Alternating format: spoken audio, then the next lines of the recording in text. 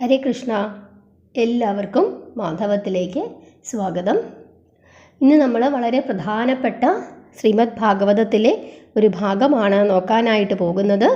ശ്രീമദ് ഭാഗവതത്തിൽ 8 മുതൽ 12 വരെയുള്ള അധ്യായങ്ങളിലാണ് ധ്രുവചരിതം പറയുന്നത്. അപ്പോൾ ആരാണ് ധ്രുവൻ? എന്താണ് ഈ ധ്രുവചരിതത്തിൻ്റെ പ്രത്യേകത? ധ്രുവൻ എന്തൊക്കെ പ്രത്യേകതകളാണുള്ളത് എന്നൊക്കെ നമുക്ക് നോക്കാം. സ്വയംഭുവ മനുവിൻ്റെ 2 ആൺമക്കളിൽ ഒരാളാണ് ഉത്താനപാദൻ. അദ്ദേഹത്തിന് സുനീതി എന്നും സുരുചി എന്നും പേരുള്ള 2 ഭാര്യമാർ ഉണ്ടായിരുന്നു. സുരുചിയുടെ മകനാണ് ഉത്തമൻ, സുനീതിയുടെ മകനാണ് ധ്രുവൻ. ഉത്താനപാദന് സുരുചിയോടും ഉത്തമനോടും വലിയ പ്രിയമായിരുന്നു. എന്നാൽ സുനീതിയോടും ധ്രുവനോടും അത്ര വലിയ പ്രിയമൊന്നും ഇല്ലായിരുന്നു. ശരിക്കും പറഞ്ഞു കഴിഞ്ഞാൽ സുരുചിയുടെ അടിമയായിരുന്നു ഉത്താനപാദൻ. ഒരു ദിവസം ഉത്താനപാദൻ മകനായ ഉത്തമനെ മടിയിലെടുത്തു വെച്ച് കളിപ്പിച്ചുകൊണ്ടിരിക്കുകയായിരുന്നു. ആ സമയത്ത് ധ്രുവൻ അവിടെ എത്തുകയും അച്ഛൻ്റെ മടിയിൽ ഉത്തമൻ ഇരിക്കുന്നത് കണ്ടപ്പോൾ തനിക്കും അച്ഛൻ്റെ മടിയിൽ ഇരിക്കണമെന്ന് ആഗ്രഹം പറയുകയും ചെയ്തു. ആ സമയത്ത് ധ്രുവന് വെറും 5 വയസ്സ് മാത്രമേ പ്രായമുണ്ടായിരുന്നുള്ളൂ. പക്ഷേ അച്ഛൻ അതിന് സമ്മതിച്ചില്ല എന്ന് മാത്രമല്ല, സുരുചി ദുർവാക്കുകൾ കൊണ്ട് ധ്രുവനെ അപമാനിക്കുകയും ചെയ്തു.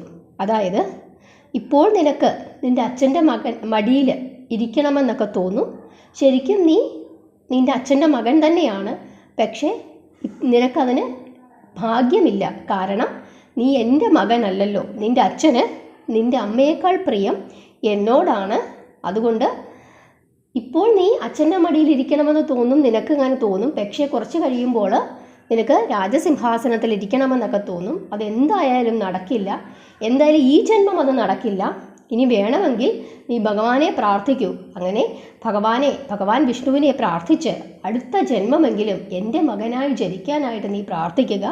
അങ്ങനെയാണെങ്കിൽ നിനക്ക് നിൻ്റെ അച്ഛൻ്റെ മടിയിലിരിക്കാം എന്നൊക്കെ പറഞ്ഞ് കുത്തുവാക്കുകൾ പറഞ്ഞ് ഈ ഇളയമ്മ ഈ കൊച്ചു ധ്രുവനെ അപമാനിക്കുകയാണ്. അങ്ങനെ സുരുചിയുടെ വാക്കുകൾ വളരെയധികം വേദന ധ്രുവൻ്റെ മനസ്സിലുണ്ടാക്കി. അതിനുശേഷം ധ്രുവൻ തൻ്റെ അമ്മയായ സുനീതിയെ കാണാനായിട്ട് ചെന്നു. ആ സമയത്ത് സുനീതി ഈ വിവരങ്ങളെല്ലാം അറിഞ്ഞിരുന്നു. സുനീതി പറഞ്ഞു, വിഷമിക്കേണ്ട മകനെ, ഇതൊക്കെ നമ്മൾ അനുഭവിക്കുന്നത് നമ്മുടെ കർമ്മദോഷങ്ങളാണ്, നമ്മൾ മുൻജന്മങ്ങൾ ചെയ്ത പാപത്തിൻ്റെ ഫലമാണ് ഇങ്ങനെയൊക്കെ നമ്മൾ അനുഭവിക്കുന്നത്. അതുകൊണ്ട് ഇതിനൊരു പരിഹാരമേ ഉള്ളൂ. എന്തായാലും നിൻ്റെ ഇളയമ്മ നിന്നെ വഴക്ക് പറയാനായിട്ടാണ് പറഞ്ഞതെങ്കിലും അവർ പറഞ്ഞ ഒരു കാര്യം ശരിയാണ്.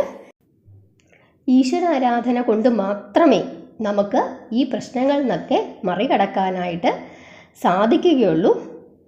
അതുകൊണ്ട് ഭഗവാനെ വിളിച്ച് പ്രാർത്ഥിക്കുക, അത് മാത്രമേ നമുക്കിപ്പോൾ ചെയ്യാനായിട്ട് പറ്റുകയുള്ളൂ എന്ന് പറയുന്നു. അമ്മ മകനോട് പറയുകയാണ്. അതായത് സുനീതി ധ്രുവനോട് പറയുന്നു. ഇത് കേട്ടതും ധ്രുവൻ എന്ത് ചെയ്യുന്നു? ഭഗവാനെ ഭജിച്ച് എങ്ങനെയെങ്കിലും ഈ പ്രശ്നത്തിന് ഒരു പരിഹാരമുണ്ടാക്കണമെന്ന് നിശ്ചയിച്ച് 5 വയസ്സുള്ള ആ കുട്ടിയായ ധ്രുവൻ വീട് വിട്ട് ഇറങ്ങുകയാണ്. അമ്മ എല്ലാം ഭഗവാനിൽ അർപ്പിച്ച് ഭഗവാൻ തൻ്റെ മകനെ കാത്തുകൊള്ളും എന്ന് വിശ്വസിച്ച് സുനീതി മകനെ യാത്രയാക്കുകയും ചെയ്യുന്നു. ഇതെല്ലാം ഭഗവാൻ നാരായണൻ അറിയുന്നു. അതുകൊണ്ട് തന്നെ ധ്രുവന് വേണ്ട ഉപദേശങ്ങൾ കൊടുക്കാനായിട്ട് നാരദരെ പറഞ്ഞയക്കുകയാണ്. നാരദര് വഴിക്ക് വെച്ച് ധ്രുവനെ കാണുകയും എന്നിട്ട് ധ്രുവനോട് എന്തു പറ്റി, എന്തിനാണിങ്ങനെ ദുഃഖിക്കുന്നത് എന്നൊക്കെ ചോദിക്കുന്നു. അപ്പോൾ ധ്രുവൻ ഈ കാര്യങ്ങളെല്ലാം നാരദരോട് പറയുന്നു. അപ്പോൾ നാരദർ പറയുകയാണ്, നമ്മുടെ കർമ്മഫലങ്ങളാണ് നമ്മൾ ഈ അനുഭവിക്കുന്നതെല്ലാം. നമ്മുടെ മുൻജന്മങ്ങളിലെ നമ്മൾ ചെയ്ത പാപങ്ങളൊക്കെ നമ്മൾ ഈ ജന്മം അനുഭവിച്ച് തീർത്തേ മതിയാകൂ. ഈശ്വരാരാധന കൊണ്ട് നമുക്കിതെല്ലാം മറികടക്കുമെന്ന് നിൻ്റെ അമ്മ പറഞ്ഞത് ശരിയാണ്. പക്ഷേ ഇപ്പോൾ നീ കുട്ടിയാണ്, അതുകൊണ്ട് നിനക്കിപ്പോൾ ഇതൊന്നും ചെയ്യാനുള്ള പ്രായമായിട്ടില്ല. അതുകൊണ്ട് മടങ്ങിപ്പോവുക. കാലമാകുമ്പോൾ നീ ഭഗവാനെ ഭജിക്കുക. അതിനുശേഷം ഭഗവാൻ നിനക്ക് വേണ്ട കാര്യങ്ങളെല്ലാം ചെയ്തു തരുമെന്ന് പറയുന്നു. പക്ഷേ നാരദരുടെ ഈ വാക്കുകളൊന്നും ധ്രുവന് തിരിച്ചു പോകാനായിട്ട് ഒരു പ്രേരണ നൽകിയില്ല. ധ്രുവൻ പറയുകയാണ്, ഞാൻ മടങ്ങിപ്പോകുന്നില്ല, എനിക്ക് എങ്ങനെങ്കിലും ഈ പ്രശ്നത്തിൽ നിന്നും ഭഗവാനെ ഭജിച്ച് ഒരു പരിഹാരം കണ്ടേ മതിയാകൂ എന്ന നിലയിൽ പറയുന്നു. അങ്ങനെ നാരദർക്ക് മനസ്സിലാകുന്നു ധ്രുവനെ പിന്തിരിപ്പിക്കാൻ കഴിയുകയില്ല എന്ന് മനസ്സിലാക്കിയിട്ട് നാരദർ ധ്രുവനോട് പറയുകയാണ്, എങ്കിൽ അമ്മ പറഞ്ഞതുപോലെ തന്നെ നീ ചെയ്യുക. അമ്മ പറഞ്ഞ വാക്കുകൾ വളരെ നല്ലതാണ്. ഭഗവാനെ ഭജിക്കുക. ഭഗവാനെ ഭജിക്കാനായിട്ട് ഏറ്റവും ഉത്തമമായ സ്ഥലം യമുനാ തീരത്തിന് ഉള്ള മധുവനം എന്ന് പറയുന്ന സ്ഥലമാണ്. അവിടെ 3 സന്ധ്യകളിൽ സ്നാനം ചെയ്ത് യമനിയമങ്ങൾ അനുസരിച്ച് ഭഗവാനെ പ്രാർത്ഥിക്കുക. 3 സന്ധ്യകൾ എന്ന് പറയുന്നത് പ്രഭാത സന്ധ്യ, മധ്യാഹ്ന സന്ധ്യ, പ്രദോഷ സന്ധ്യ. ഈ 3 സന്ധ്യകളിലും സ്നാനം ചെയ്ത് ഭഗവാനെ ഭജിക്കുക, യമനിയമങ്ങൾ അനുസരിക്കുക. എന്നിട്ട് ഒരു മൂലമന്ത്രം, ഭഗവാന്റെ മൂലമന്ത്രം ധ്രുവന് ഉപദേശിച്ചു കൊടുക്കുന്നു. ഏതാണ് ആ മന്ത്രം?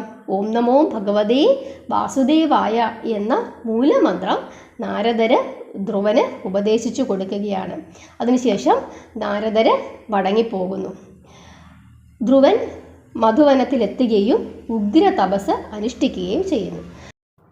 നാരദര് അതിനുശേഷം പോയത് ഉത്താനപാദൻ്റെ അടുത്തേക്കാണ്.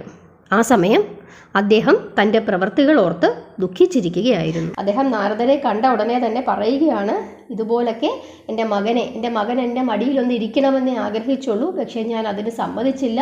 എൻ്റെ മകൻ വീട് വിട്ടിറങ്ങിപ്പോയി. അവൻ കുട്ടിയാണ്, അവൻ എന്ത് സംഭവിച്ചു എന്നറിയില്ലല്ലോ. ഹിംസമൃഗങ്ങൾ എന്തെങ്കിലും എൻ്റെ കുഞ്ഞിനെ ഉപദ്രവിച്ചോ? ഞാൻ ആകെ ദുഃഖിതനാണ് എന്നും പറഞ്ഞ് നാരദരുടെ മുമ്പിൽ കരയുകയാണ്. അപ്പോൾ നാരദര് ആ രാജാവിനെ ആശ്വസിപ്പിച്ചുകൊണ്ട് പറഞ്ഞു, നിന്റെ മകൻ ഒരു പ്രശ്നവും സംഭവിച്ചിട്ടില്ല, ഈശ്വര ഭജനത്തിന് വേണ്ടിയിട്ടാണ് പോയത്, അധികം താമസിയാതെ അദ്ദേഹം തിരിച്ചു വരും, താങ്കൾ ഇനി മുതൽ മകൻ്റെ പേരിലായിരിക്കും അറിയപ്പെടുന്നത് എന്നൊക്കെ പറഞ്ഞ് നാരദമുനി അച്ഛനെ ആശ്വസിപ്പിക്കുന്നു. പക്ഷേ ഒരിക്കലും നാരദര് മകൻ എവിടെയാണെന്ന് പറഞ്ഞു കൊടുത്തതുമില്ല. അപ്പോൾ ധ്രുവൻ മധുവനത്തിൽ തപസ്സനുഷ്ഠിക്കുകയാണ്. ആദ്യത്തെ മാസം 3 ദിവസം കൂടുമ്പോൾ എന്തെങ്കിലും പഴങ്ങളൊക്കെ കഴിച്ചുകൊണ്ട് ഭഗവാനെ പ്രാർത്ഥിച്ചുകൊണ്ടേയിരിക്കും, തപസ്സനുഷ്ഠിക്കും. പിറ്റേ മാസം, 2ാമത്തെ മാസം 6 ദിവസം കൂടുമ്പോൾ എന്തെങ്കിലും ഭക്ഷണം, അതായത് പഴവർഗ്ഗങ്ങളാണ് കഴിച്ചുകൊണ്ട് തപസ്സനുഷ്ഠിക്കും. അങ്ങനെ തപസ് നീണ്ട് പോവുകയാണ്, കഠിനമാവുകയാണ്. 5ാം മാസം ആയപ്പോഴേക്കും ശ്വാസം പോലും വിടാതെ ഒറ്റക്കാലിൽ നിന്നുകൊണ്ട് ധ്രുവൻ തപസ്സനുഷ്ഠിക്കുകയാണ്. അങ്ങനെ ഒറ്റക്കാലിൽ നിന്ന് ഭഗവാനെ തപസ്സനുഷ്ഠിച്ചതുകൊണ്ട് അദ്ദേഹത്തിൻ്റെ ആ ഒരു കാല് വെച്ച ഭാഗത്തെ ഭൂമിക്ക് ചരിവുണ്ടായി എന്ന് പറയുന്നു. അപ്പോൾ ഇദ്ദേഹം ശ്വാസം പോലും എടുക്കാതെ ഭഗവാനെ തപസ് ചെയ്യുകയാണ്. ഉഗ്ര തപസ്സാണ്. ആ സമയത്തേക്ക് ത്രിലോകങ്ങൾക്കും ശ്വാസം മുട്ടി, ത്രിലോകങ്ങളും വിറച്ചു. സർവ്വദേവാദിദേവന്മാരും മനുഷ്യർക്കും ഒക്കെ ശ്വാസം കിട്ടാതെ ബുദ്ധിമുട്ടായി എന്നാണ് പറയുന്നത്. അങ്ങനെ സകല ദേവന്മാരും കൂടെ ഭഗവാൻ നാരായണൻ്റെ അടുത്ത് ചെന്നിട്ട് അപേക്ഷിക്കുകയാണ്, എങ്ങനെയെങ്കിലും ധ്രുവൻ്റെ മുമ്പിൽ പ്രത്യക്ഷപ്പെട്ടിട്ട് ഈ തപസ് നിർത്തണം, ധ്രുവന് വേണ്ട കാര്യങ്ങളെല്ലാം ഭഗവാൻ കൊടുക്കണമെന്ന് ഭഗവാനോട് അപേക്ഷിച്ചു. അങ്ങനെ ഭഗവാൻ ധ്രുവൻ്റെ അടുത്തേക്ക് ചെല്ലാമെന്ന് സമ്മതിക്കുകയും ഗരുഡാരൂഢനായി എവിടെ ചെല്ലുന്നു? ധ്രുവൻ്റെ അടുത്തേക്ക് ചെല്ലുന്നു. പക്ഷേ ധ്രുവൻ കണ്ണു തുറക്കില്ല. കാരണം ധ്രുവൻ്റെ മനസ്സിൽ എന്താണുള്ളത്? ഭഗവാന്റെ രൂപമാണ്. ആ രൂപമുള്ളിടത്തോളം കാലം ധ്രുവൻ എന്ത് ചെയ്യത്തില്ല? കണ്ണു തുറക്കില്ല. അങ്ങനെ ഭഗവാൻ എന്തു ചെയ്യുന്നു? ഹൃദയത്തിൽ നിന്നും, ധ്രുവൻ്റെ ഹൃദയത്തിൽ നിന്നും ഭഗവാന്റെ രൂപത്തെ മായ്ച്ചു കളയുന്നു. അങ്ങനെ ധ്രുവൻ്റെ ഹൃദയത്തിൽ ഭഗവാന്റെ രൂപം മാഞ്ഞു പോയപ്പോൾ ധ്രുവൻ എന്ത് സംഭവിച്ചു എന്നറിയാൻ വയ്യാതെ എന്ത് ചെയ്യുന്നു? കണ്ണു തുറക്കുന്നു. കണ്ണു തുറന്ന് നോക്കുന്ന ധ്രുവൻ ആരെയാണ് കാണുന്നത്? ഗരുഡാരൂഢനായ ഭഗവാൻ നാരായണനെയാണ്, വൈകുണ്ഠനാഥനെയാണ് കാണുന്നത്. അത് കണ്ട ഉടനെ തന്നെ എന്തു ചെയ്യണമെന്നറിയാതെ ധ്രുവൻ്റെ ശരീരം വിറയ്ക്കുകയും ധ്രുവൻ എന്തു ചെയ്യുന്നു? ദണ്ഡ നമസ്കാരം ചെയ്യുന്നു. അങ്ങനെ അതിനുശേഷം ഭഗവാനെ ഇങ്ങനെ കൺകുളിർക്കെ നോക്കിക്കൊണ്ട് നിൽക്കുകയാണ്. എന്തു പറയണമെന്നറിയില്ല, ഭഗവാനെ സ്തുതിക്കാൻ പറ്റുന്നില്ല, ഭഗവാനെ ഭജിക്കാൻ പറ്റുന്നില്ല, ഭഗവാനെ എന്ന് വിളിക്കാൻ പറ്റുന്നില്ല, ഒന്നും പറ്റുന്നില്ല. ധ്രുവൻ ഇങ്ങനെ നോക്കിക്കൊണ്ട് നിൽക്കുകയാണ്. അപ്പോൾ ഭഗവാന് മനസ്സിലായി ധ്രുവനാകെ സംഭ്രമത്തിലാണ്. ഉടനെ തന്നെ തൻ്റെ ശംഖു കൊണ്ട് ധ്രുവൻ്റെ കവിളിൽ ഭഗവാൻ എന്ത് ചെയ്യുന്നു? തലോടി. ഉടനെ തന്നെ ധ്രുവന് ആ ഒരു ബോധം വീണ്ടും കിട്ടുകയും വാഗ്ദേവത ധ്രുവൻ്റെ ഉള്ളിൽ പ്രവേശിക്കുകയും ചെയ്യുന്നു. അങ്ങനെ ധ്രുവൻ മനോഹരമായ ശ്ലോകങ്ങൾ കൊണ്ട് ഭഗവാനെ സ്തുതിക്കുകയാണ്. അങ്ങനെ ഭഗവാൻ സംപ്രീതനായി. എന്നിട്ട് പറയുന്നു, ആർക്കും ലഭിക്കാത്ത ഒരു സ്ഥാനം നിനക്ക് ഞാൻ വാഗ്ദാനം ചെയ്യുന്നു. നിന്റെ പൂർവ്വപിതാക്കന്മാരായ മന്വാദികൾക്ക് പോലും ലഭിക്കാത്ത സ്ഥാനമാണ് ഞാൻ നിനക്ക് തരാൻ പോകുന്നത്. സപ്തർഷി മണ്ഡലത്തിന് മുകളിൽ ഉള്ള ഉള്ളതും ഏറ്റവും പ്രകാശിക്കുന്നതും എപ്പോഴും പ്രകാശിക്കുന്നതും സൂര്യ നവഗ്രഹങ്ങളും മറ്റ് 27 നക്ഷത്രങ്ങളും യാതൊരു സ്ഥാനത്തെ ആധാരമാക്കിയാണോ സ്ഥിതി ചെയ്യുന്നത്, ആ സ്ഥാനമാണ് ഞാൻ നിനക്ക് തരാൻ പോകുന്നത്. ഏറ്റവും ഉന്നതമായ സ്ഥാനമാണത്. പക്ഷേ ഇപ്പോൾ ഞാനത് നിനക്കത് തരില്ല. നിനക്ക് ഞാനത് തരും. എപ്പോഴാണ്? നിന്റെ ശരീരം നീ ഉപേക്ഷിക്കുന്ന സമയത്ത് ഞാൻ നിനക്ക് തരും. ഇപ്പോൾ നീ തിരിച്ചു പോവുക. 36,000 വർഷം രാജാവായി പ്രജാസംരക്ഷണം നടത്തുക. അതിനുശേഷം ഉത്തമൻ നായാട്ടിനായിട്ട് പോകും. അതായത് സഹോദരനായ ഉത്തമൻ നായാട്ടിനായിട്ട് പോകുന്ന സമയത്ത് മരണപ്പെടും. ആ സമയത്ത് അമ്മയായ സരുചി എന്തു ചെയ്യും? മകനെ തേടി പോകും. ആ തേടി പോകുന്ന സമയത്ത് കാട്ടുതീയിൽപ്പെട്ട് അമ്മ മരണപ്പെടും. അതാണ് അമ്മയ്ക്ക് കൊടുക്കുന്ന ശിക്ഷ. നീ തിരിച്ചു പോവുക. തിരിച്ചു പോയിട്ട് നീ ഒരുപാട് യജ്ഞങ്ങളും യാഗങ്ങളും ഒക്കെ നടത്തുക. അതിനുശേഷം എൻ്റെ പ്രിയ ഭക്തനായിട്ട് നീ തുടരുക. നിൻ്റെ ശരീരം നശിക്കുന്ന സമയത്ത് നിനക്ക് മുക്തി ലഭിക്കും. നീ ആ ഭഗവത് പാദങ്ങൾ പോകും. ഏറ്റവും ഉത്തമമായ ഒരു സ്ഥാനം തന്നെയാണ് ഞാൻ നിനക്ക് നൽകാൻ പോകുന്നത് എന്ന് പറഞ്ഞ് അനുഗ്രഹിച്ചിട്ട് ഭഗവാൻ അപ്രത്യക്ഷമാകുന്നു. ഒന്നും മിണ്ടാൻ പറ്റാതെ ആര് നിൽക്കുകയാണ്? ധ്രുവൻ ഇങ്ങനെ നിൽക്കുകയാണ്. ഭഗവാൻ പോയതിന് ശേഷമാണ് ധ്രുവൻ ഓർക്കുന്നത്, എനിക്ക് ഇതൊന്നും ആയിരുന്നില്ല വേണ്ടത്. ഭഗവാനെ കണ്ടല്ലോ. ഭഗവാനെ കണ്ടപ്പോൾ തന്നെ എന്തൊരു അനുഗ്രഹമാണ് എനിക്ക് കിട്ടിയത്. അങ്ങനെയാണെങ്കിൽ എപ്പോഴും ഭഗവാന്റെ അടുത്ത് ഇരിക്കാൻ പറ്റുന്നത്, ആ ഭഗവാന്റെ തൃപ്പാദങ്ങൾ പോകുന്നത് കൊണ്ട് എന്തൊക്കെ അനുഗ്രഹങ്ങൾ, എന്തൊക്കെയായിരിക്കും എനിക്ക് ലഭിക്കാൻ പോകുന്നത്. ഞാൻ ആ പരമമായ മോക്ഷം ചോദിച്ചില്ലല്ലോ. എൻ്റെ മനസ്സിൽ ആ സമയത്ത് ദേവന്മാർ മായാരൂപത്തിൽ പ്രവേശിച്ചു. ഈ മായയാണ് എന്നെ കൊണ്ട് ഇതൊന്നും ചെയ്യിപ്പിക്കാഞ്ഞത്. എന്തായാലും കിട്ടിയത് തന്നെ വലിയ ഭാഗ്യം എന്ന് കരുതി ധ്രുവൻ എന്ത് ചെയ്യുന്നു? തിരിച്ച് രാജ്യത്തിലേക്ക് പോകുന്നു. ഈ സമയത്ത് ഉത്താനപാദൻ മകനെ ഓർത്ത് വിഷമിച്ച് കഴിയുകയാണ്. അതുപോലെ തന്നെ സുരുചിക്കും മാനസാന്തരം വന്നു കഴിഞ്ഞിരുന്നു ആ സമയമായപ്പോഴേക്കും. മകൻ കൊട്ടാരത്തിലെത്തിയ സന്തോഷം കൊണ്ട് അച്ഛനും അമ്മമാരും അനുജനും കൂടി ധ്രുവനെ സ്വീകരിക്കാനായിട്ട് കൊട്ടാരത്തിന് പുറത്തേക്ക് വരികയും സ്വീകരിച്ചാനയിച്ച് കൊട്ടാരത്തിലേക്ക് കൊണ്ടുപോവുകയും ചെയ്യുന്നു. അതിനുശേഷം കുറച്ചു കാലങ്ങൾക്ക് ശേഷം ധ്രുവന് രാജ്യഭാരം ഏൽപ്പിച്ചതിന് ശേഷം അച്ഛൻ വനവാസത്തിന് പോകുന്നു. ധ്രുവൻ വിവാഹം കഴിക്കുന്നു. ബ്രാഹ്മിയും ഇളയും. കൽപ്പവും വത്സരവും 2 കുട്ടികൾ ബ്രാഹ്മിയിൽ നിന്നും ഉണ്ടാകുന്നു. ഉത്കല എന്ന കുട്ടി ഇളയിൽ നിന്നും ഉണ്ടാകുന്നു. ഉത്തമൻ അവിവാഹിതനായി തുടരുകയാണ്. ഒരു നായാട്ടിന് പോയപ്പോൾ, ഉത്തമനെ നായാട്ടിൽ പോയപ്പോൾ ഒരു യക്ഷൻ ഉത്തമനെ വധിക്കുകയാണ്. ഉത്തമനെ തിരക്കി പോകുന്ന സുരുചി കാട്ടുതീയിൽപ്പെട്ട് മരണപ്പെടുകയും ചെയ്യുന്നു.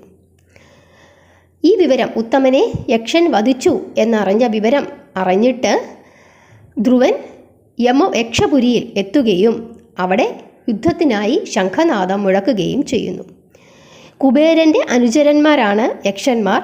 അവർ ധ്രുവനുമായി യുദ്ധം ചെയ്യുകയും യുദ്ധത്തിൽ യക്ഷന്മാരെ ധ്രുവൻ വധിക്കുകയും ചെയ്യുന്നു. മായയിൽ വലിയ മിടുക്കന്മാരാണ് ഈ യക്ഷന്മാരെന്ന് പറയുന്നത്. അതുകൊണ്ട് തന്നെ വലിയ ഇടിയും മഴയും മുഴക്കവും രക്തവുമൊക്കെ ആകാശത്ത് നിന്നും വർഷിപ്പിക്കുന്നു. അപ്പോൾ ഇത് മായയാണോ സത്യമാണോ എന്നറിയാൻ മേലാതെ ധ്രുവൻ ഇങ്ങനെ പരിഭ്രമിച്ച് നിൽക്കുന്ന സമയത്ത് കുറച്ച് മുനിമാർ അവിടെ പ്രത്യക്ഷപ്പെടുകയും നാരായണാസ്ത്രം ഉപയോഗിക്കാനായിട്ട് പറയുകയും ചെയ്യുന്നു. അങ്ങനെ ധ്രുവൻ നാരായണാസ്ത്രം ഉപയോഗിക്കുന്നു. ആ സമയത്ത് മായാജാലമെല്ലാം മാറിപ്പോകുന്നു. അങ്ങനെ വീണ്ടും ധ്രുവൻ യുദ്ധം തുടരുകയാണ്. യക്ഷന്മാരെ വധിച്ചുകൊണ്ടിരിക്കുന്നു. കുറേ യക്ഷന്മാരൊക്കെ ഓടിപ്പോകുന്നു. പക്ഷെ ധ്രുവൻ്റെ ഈ ക്രോധാവേശം അത്ര നല്ലതല്ല എന്ന് സ്വയംഭൂ മനുവിന് മനസ്സിലാവുകയും അദ്ദേഹം സ്വർഗത്തിൽ നിന്ന് ധ്രുവനെ കാണാനായിട്ട് എത്തുകയും യുദ്ധം നിർത്താനായിട്ട് പറയുകയും ചെയ്യുന്നു. ഒരു യക്ഷനാണ് ഉത്തമനെ കൊന്നത്.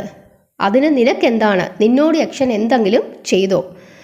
ഒരു യക്ഷൻ കൊന്നത് കരുതി ഈ യക്ഷന്മാരെയെല്ലാം കൊന്നൊടുക്കുന്നത് ശരിയാണോ?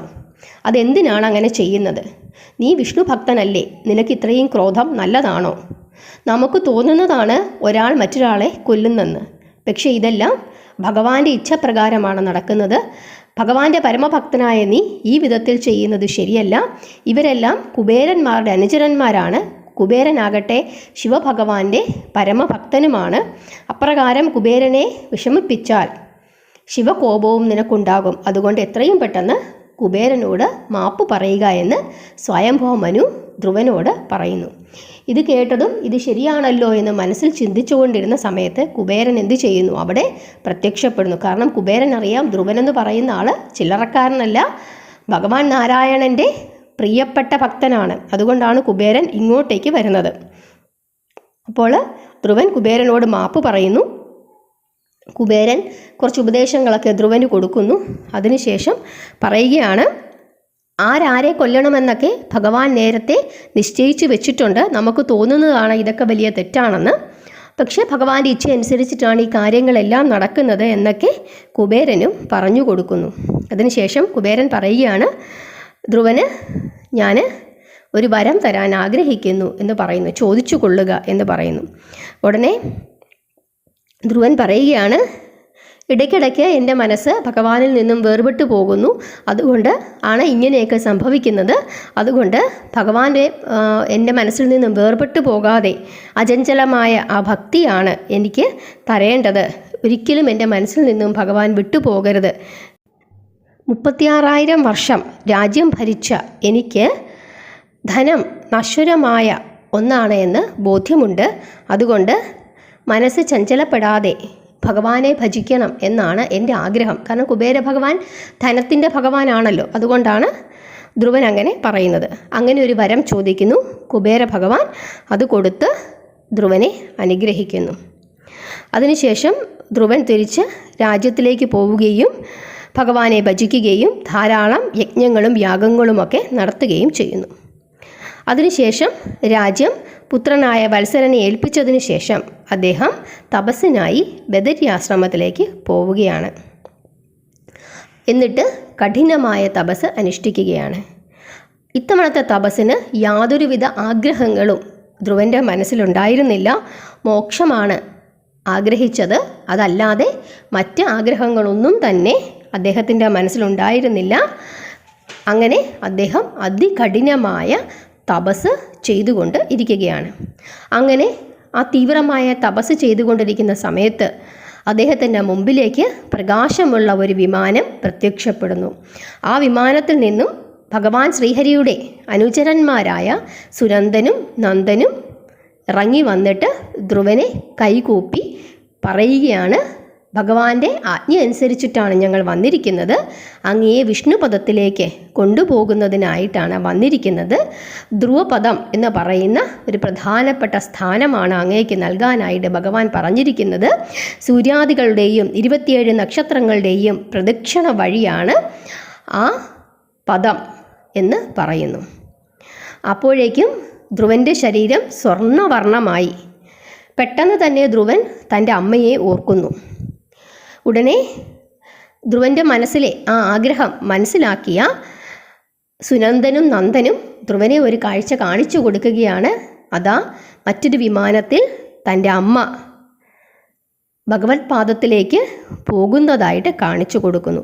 അതായത് തൻ്റെ അമ്മയാണ് തന്നെ ഭഗവത് പാദത്തിലേക്ക് നയിച്ചത്. അതായത് ഈശ്വര ഭജനം ചെയ്താൽ എല്ലാ പാപങ്ങളിൽ നിന്നും മുക്തിയുണ്ടാകുമെന്നും എല്ലാ അനുഗ്രഹങ്ങളും നമുക്ക് ഭഗവാൻ തരുമെന്നും ഭഗവാനെ ഭജിക്കുന്നതാണ് ഉത്തമമായ മാർഗമെന്നും ധ്രുവന് പറഞ്ഞു കൊടുത്തതാണ് ധ്രുവൻ്റെ അമ്മ. അങ്ങനെയുള്ള ആ അമ്മയെയാണ് ധ്രുവനെ കൊണ്ടുപോകുന്നതിന് മുമ്പായിട്ട് തന്നെ ഭഗവാൻ നാരായണൻ വിഷ്ണുപദത്തിലേക്ക് കൊണ്ടുപോയത്. അതിനുശേഷം ധ്രുവനെ ആ പരമമായ പദത്തിലേക്ക് ഭഗവാൻ കുടികൊള്ളിക്കുകയും അനുഗ്രഹിക്കുകയും ചെയ്യുന്നു. ഇതാണ് ധ്രുവചരിതം. നമ്മൾ ആകാശത്തേക്ക് നോക്കുമ്പോൾ വലിയ തിളക്കത്തിലുള്ള ആ ധ്രുവ നക്ഷത്രത്തെ നമുക്ക് കാണാനായിട്ട് പറ്റും. ആ ധ്രുവ നക്ഷത്രം ഒരിക്കലും ചലിക്കുന്നില്ല. ധ്രുവ നക്ഷത്രത്തിൻ്റെ അടുത്തായിട്ട് തന്നെ മറ്റ് 7 നക്ഷത്രങ്ങളെയും നമുക്ക് കാണാനായിട്ട് സാധിക്കും. ആ 7 നക്ഷത്രങ്ങൾ സപ്തർഷികളാണെന്നാണ് വിശ്വസിക്കുന്നത്. അപ്പോൾ ഭഗവാനെ ഭജിച്ചാൽ ധ്രുവന് കിട്ടിയ ആ സ്ഥാനം എത്ര വലുതാണ് എന്ന് ആലോചിക്കുക. ഭഗവത് ഭജനം കൊണ്ട് നമുക്ക് നേടാത്തതായി ഒന്നുമില്ല എന്ന് നമ്മൾ വിശ്വസിക്കുക. ധ്രുവനെ ആ മാർഗത്തിലേക്ക് നയിച്ച അമ്മയ്ക്ക് കിട്ടിയ സ്ഥാനം ആ വിഷ്ണു പദമാണെന്ന് നമ്മൾ ഓർക്കുക. അതുകൊണ്ട് നമ്മൾ എന്താണ് ചെയ്യേണ്ടത്? ഭഗവാനെ ഭജിക്കുക, പ്രാർത്ഥിക്കുക, സദാസമയവും ഭഗവാന്റെ നാമങ്ങൾ ജപിക്കുക. ഭഗവാൻ നമ്മളെ രക്ഷിക്കുമെന്ന് പൂർണ്ണമായും വിശ്വസിക്കുക. നമ്മുടെ പാപങ്ങളെല്ലാം അകറ്റി നമ്മൾക്ക് വേണ്ട കാര്യങ്ങൾ വേണ്ട സമയത്ത് ഭഗവാൻ തന്നിരിക്കുമെന്ന് പൂർണ്ണമായ മനസ്സോടുകൂടി, ആ ദൃഢനിശ്ചയത്തോടുകൂടി ഭഗവാനെ വിളിക്കുക, പ്രാർത്ഥിക്കുക. ഇതാണ് ഭാഗവതത്തിൽ പറഞ്ഞിരിക്കുന്ന ധ്രുവ ചരിതം. നിങ്ങൾക്കിത് ഇഷ്ടപ്പെട്ടു എന്ന് വിചാരിക്കുന്നു. നിങ്ങളുടെ അഭിപ്രായങ്ങളൊക്കെ കമൻ്റായിട്ട് എഴുതണം. ആദ്യമായിട്ട് കാണുന്നവരൊക്കെ സബ്സ്ക്രൈബ് ചെയ്യുകയും അഭിപ്രായങ്ങൾ പറയുകയും ചെയ്യുക, ലൈക്ക് ചെയ്യുക. ഇഷ്ടപ്പെട്ടെങ്കിൽ ഇതെല്ലാവർക്കും ഒന്ന് ഷെയർ ചെയ്ത് കൊടുക്കുക. ഇന്നലെ പൊങ്കാല ഇട്ടവരൊക്കെ ആ വിവരം ഒന്ന് കമൻ്റായിട്ട് എഴുതി പറയുക. എല്ലാവരെയും ഭഗവാൻ അനുഗ്രഹിക്കട്ടെ. ഹരേ കൃഷ്ണ.